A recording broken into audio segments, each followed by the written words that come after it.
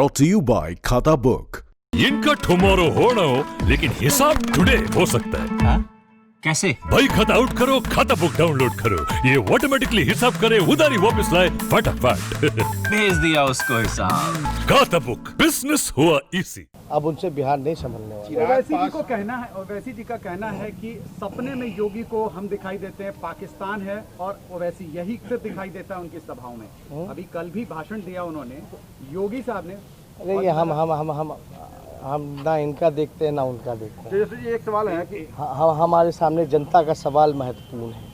कोई व्यक्ति विशेष कौन सा मुद्दा दूसरे राज्यों से लेकर के आता है, ये हमारे लिए कोई महत्वपूर्ण नहीं है। लड़ना ही है। इलेक्शन कमीशन का जो फैसला हुआ उसका हम लोगों ने स्वागत किया, लेकिन इसको लेके हम लोगों ने कई बार जो है राय दिया है। आपकी भी सभाओं में बहुत भीड़ हो रही है, तो ऐसे में नहीं, आप किसी को रोक तो नहीं सकते। आप के हाथ में डंडा है नहीं, आप क्यों रोकिएगा किसी को? कोई स्वयं अगर आ रहा है सुनने तो आप नहीं रोक सकते हैं। और ये जनसैलाब जो आ रहा है ये पूरी तरीके से बदलाव होने जा रहा है, ये स्पष्ट बताता है। अब मुख्यमंत्री नीतीश कुमार जी कहते हैं कि पैसा कहाँ से आएगा। एक तरफ कहते हैं कि बिहार सरकार के पास पैसा नहीं है और दूसरी तरफ कहते हैं कि वो नौकरी देंगे, भत्ता देंगे, बेरोजगारी भत्ता देंगे। मतलब दोनों बात कह रहे हैं, क्लियर उनका स्टेटमेंट नहीं आ रहा। अगर बिहार सरकार के पास पैसा नहीं है तो आपने 15 साल क्या किया? सृजन घोटाले में लुटाया, 60 घोटालों में लुटाया।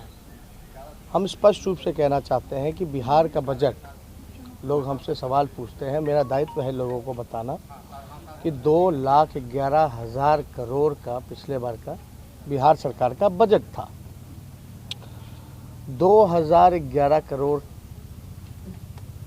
का जो बजट रहा, आप देखिएगा, आपके पास डॉक्यूमेंट निकाल के देखोगे, आरटीआई लगाओगे तो आपको जवाब मिलेगा कि बिहार सरकार जो 2 लाख करोड़ का जो बजट होता है उसमें से केवल 60% 60% ही बजट का खर्च कर पाती है,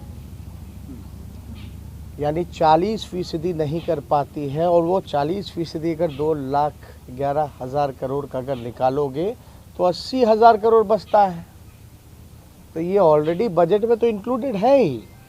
दूसरी बात, लोग बोलते हैं पैसा कहाँ से आएगा, तो सृजन घोटाला जैसा 60 महा घोटाले हुए, लगभग आपका 30,000 करोड़ रुपया जो है बिहार के भ्रष्टाचार में, बड़े घोटालों में गया है। देखिए, तो ये साफ बात है, जो भी आंकड़ा जो लोग दे रहे हैं 4.5 लाख तो खाली है, वो तो 2,11,000 करोड़ में है ही। लेकिन जो 5.5 लाख जो राष्ट्रीय औसत, आप क्या चाहते हैं कि हम पद ना भरें, डॉक्टर अस्पताल में डॉक्टर ना हो, इंजीनियर ना हो, कंपाउंडर नर्स ना हो, सिपाही ना हो? हमको अगर आगे बढ़ना है और ये सब पदें नहीं बढ़ी जाएंगी तो स्वास्थ्य सेवाएं कैसे सुधरेंगी? कैसे शिक्षा व्यवस्था कैसे सुधरेगी? लालू यादव भीड़ हो रही है और लालू यादव जिंदाबाद के नारे लग रहे हैं। उनकी झुंझलाहट में दिख रहे हैं नीतीश कुमार। कल जिस तरह से उन्होंने कहा वोट नहीं करना मत करो, लेकिन यहाँ से जाओ, एक झुंझलाहट सी दिख रही है, सभाओं में देखा जा रहा है। लोग यही सवाल पूछ रहे हैं, नीतीश जी, दुख दर्द में आपने आँख, चेहरा मोड़ लिया, मुंह मोड़ लिया, बाढ़ हो, कोरोना हो, तब तो आप हेलीकॉप्टर अपना नहीं चलाएं। अब वोट लेने के लिए आप आ रहे हैं। किस आधार पे आप वोट मांगने आए हैं?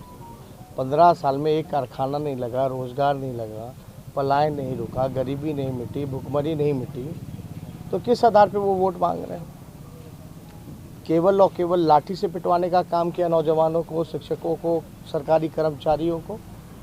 और हमने ये भी कहा है कि नीतीश कुमार जी ने एक नोटिफिकेशन निकाला है, बीजेपी की सरकार ने। ये नोटिफिकेशन है कि भाई 50 साल की उम्र में सरकारी कर्मचारियों को रिटायर कर देंगे। तो ये जो फैसला है, हमारी सरकार आएगी तो इस नोटिफिकेशन को रद्द करेगी। नीतीश की एक झुंझलाहट क्या दर्शाती है? क्या वो मान चुके कि अब विदाई होनी? हम तो बोल रहे हैं भाई, थक चुके हैं, उनसे संभल नहीं रहा। अब कितनी बार बुलवाइएगा? मानसिक और शारीरिक रूप से दोनों तरीके से वो थक चुके हैं। अब उनसे बिहार नहीं संभलने वाला। ओवैसी जी को कहना है, ओवैसी जी का कहना है कि सपने में योगी को हम दिखाई देते हैं, पाकिस्तान है, और ओवैसी यही फिर दिखाई देता है उनकी सभाओं में। अभी कल भी भाषण दिया उन्होंने, योगी साहब ने। अरे ये हम ना इनका देखते हैं ना उनका देखते हैं। जैसे एक सवाल है कि हमारे सामने जनता का सवाल महत्वपूर्ण है। कोई व्यक्ति विशेष कौन सा मुद्दा दूसरे राज्यों से लेकर के आता है, ये हमारे लिए कोई महत्वपूर्ण नहीं है। महत्वपूर्ण ये है कि ये बिहार का चुनाव है। बिहार के चुनाव में मुद्दा सबसे बड़ा बेरोजगारी, कारखाना, पलायन, गरीबी, भूखमरी, लाचारी, बीमारी, शिक्षा, ये सारी चीज़ें हैं। हम जो है जनता को हमने विकल्प दिया है और क्या काम करेंगे, विजन हम लोगों ने सामने रखा।